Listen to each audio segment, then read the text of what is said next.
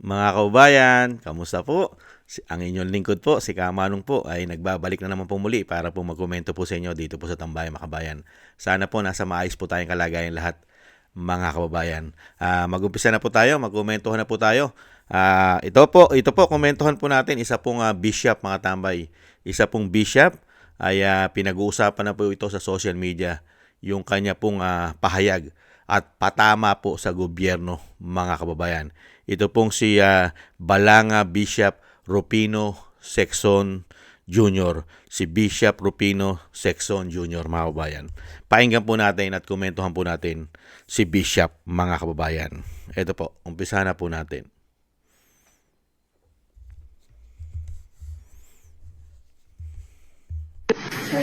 What's your tayo kay Jesus Nazareno na bumaba ng kusa alang-alang sa pag-ibig?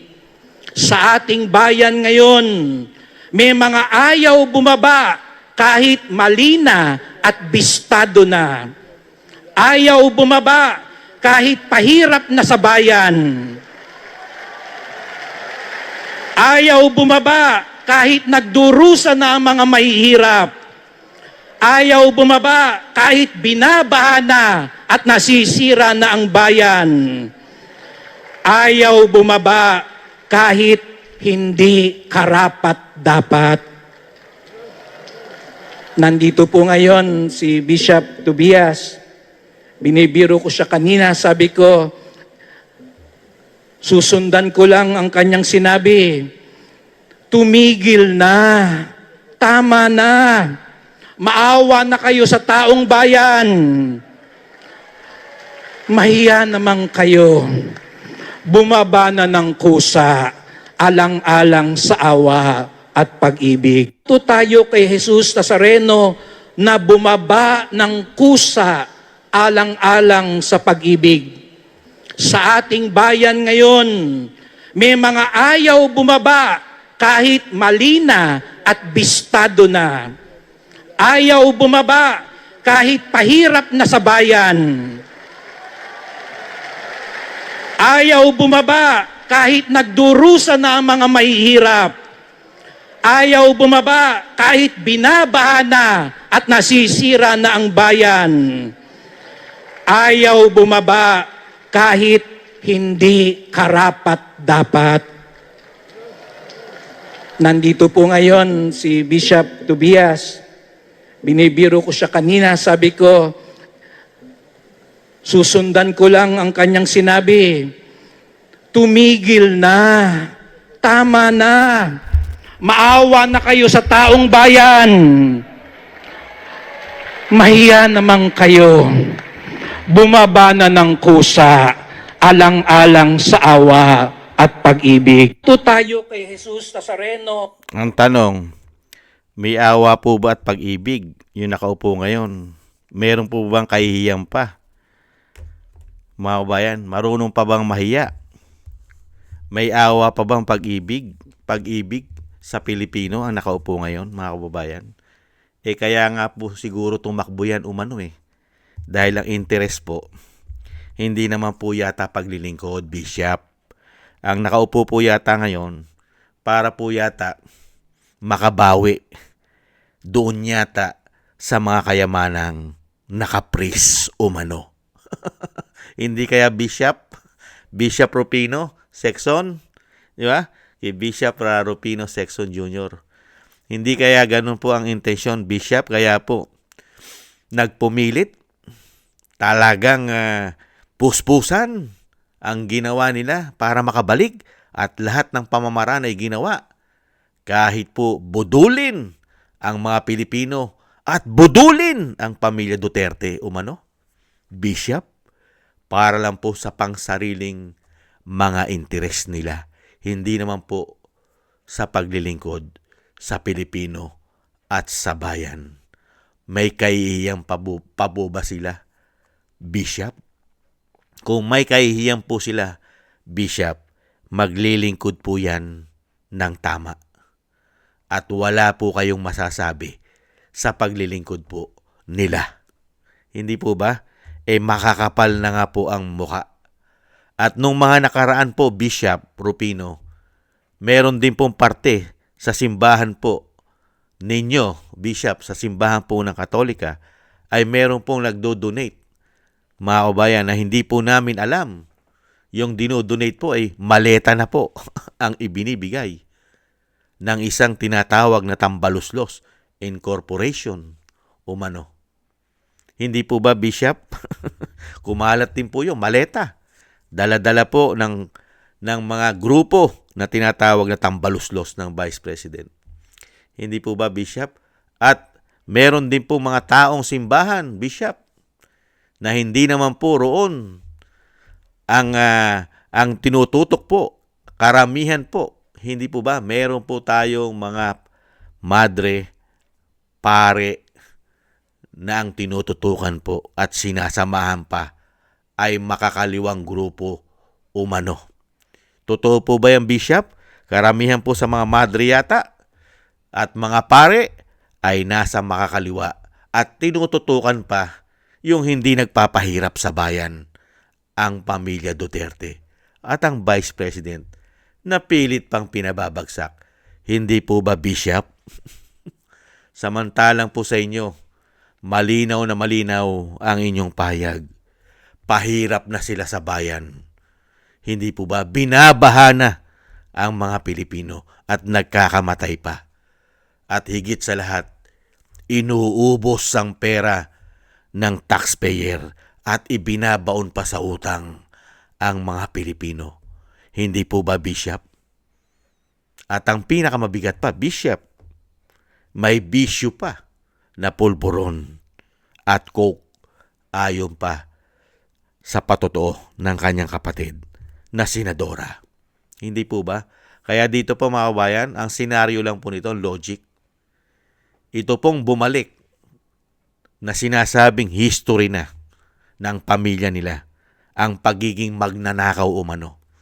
Nasa Guinness Book of Record na po ang pamilya nito, lalong-lalo po sa pagnanakaw umano ng pera ng taong bayan. Hindi po ba? Nasa ugat at dugo na po nila nananalaytay yata. Hindi po ba, Bishop? Kaya po itong mga tao na ito, dahil makikita mo lang at mabibigyan mo lang po ng logic, kaya pala bumalik ang lahing ito. Sinasabi lang na sila po'y ubod na ng yaman, lalong-lalo po sa ginto.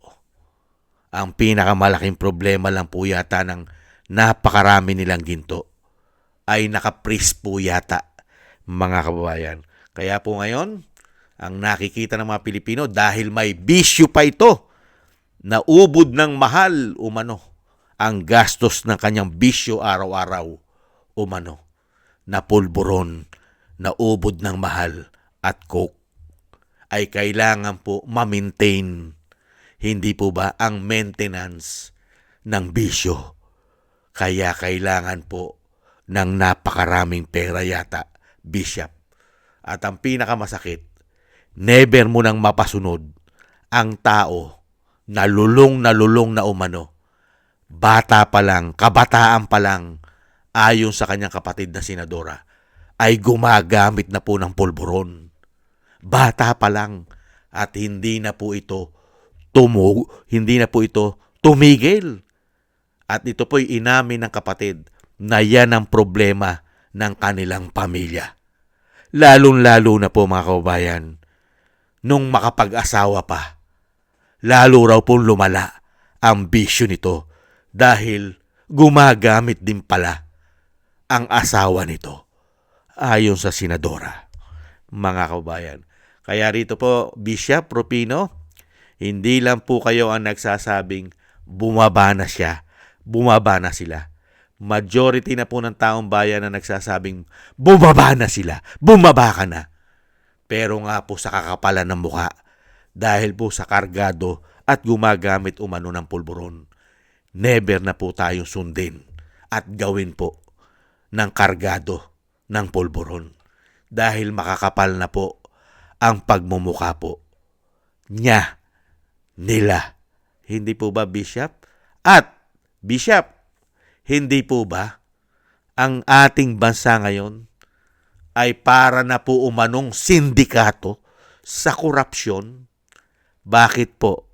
Nakita po naman natin ang nangyari po ngayon sa ating bansa. Systematic, di po ba? Kampihan. Kanya-kanyang palusot. Hindi po ba? Kampihan sa anomalya ng korupsyon. Pagtatakip, nagtatakipan. Hindi po ba, Bishop? Sindikato, kampi-kampi, magmula po sa baba hanggang sa itaas. Lahat ng departamento umano. Di po ba? Puro cancerous. Stage 4, cancer. Napakahirap gamutin kung hindi mo i-abolish o hindi mo tatanggalin lahat sila umano. Kaya nga po takot na takot sila sa Vice President maging presidente. Dahil po yung ginawa nilang cancer, matatanggal at makukuha pa ang mga pera na binulsa nila umano. At may posibilidad pang makulong ang mga demonyong magnanakaw sa ating bansa. Hindi po ba, Bishop? Kaya nga po pinagtutulong-tulungan po ang pamilya Duterte na pabagsakin. Gamit pa ang pera ng taong bayan umano at ginamit pa ang ICC yata nila. Di po ba? Kaya isang damukal na pera ang hindi po maipaliwanag ngayon kung saan po napunta dahil wala po tayong nakikitang malalaking proyekto na katulad po ng build. Hindi po ba? Flood control lang po. Hindi pa natin nakita. Ang nakita po natin yung mga nagkamatay sa flood control nila. Hindi po ba? Sana po,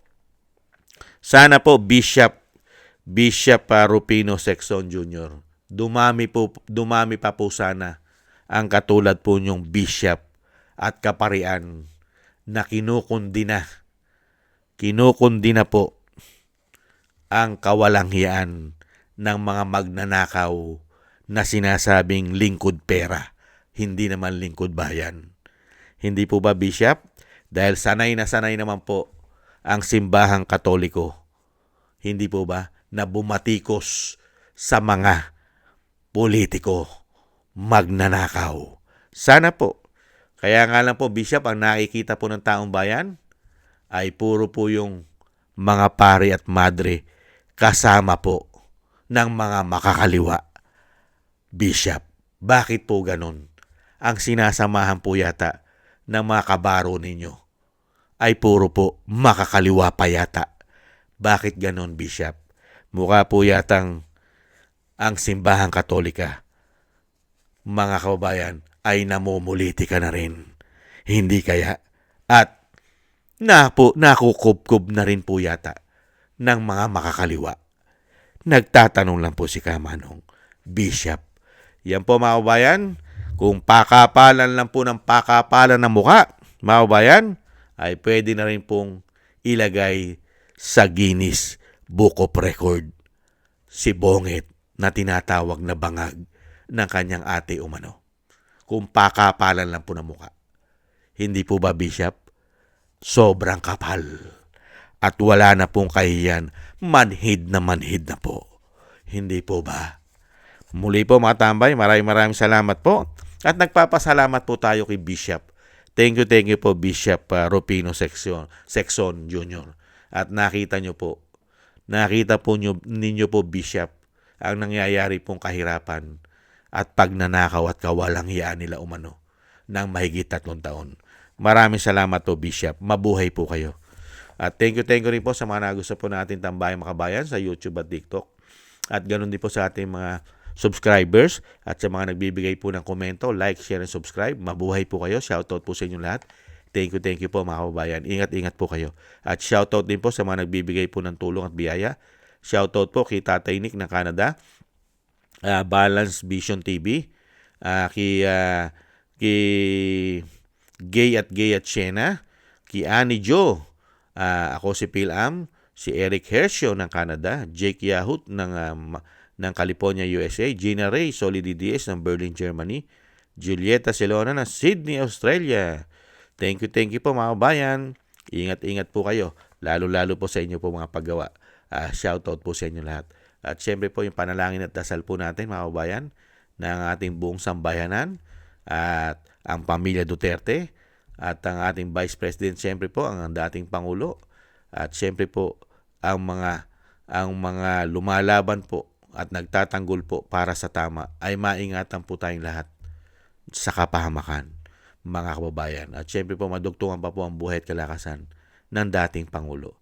Thank you po sa mga dasal, mga kababayan. Ingat-ingat po tayo mga kababayan. God bless po sa inyo. Paalam. Bye-bye.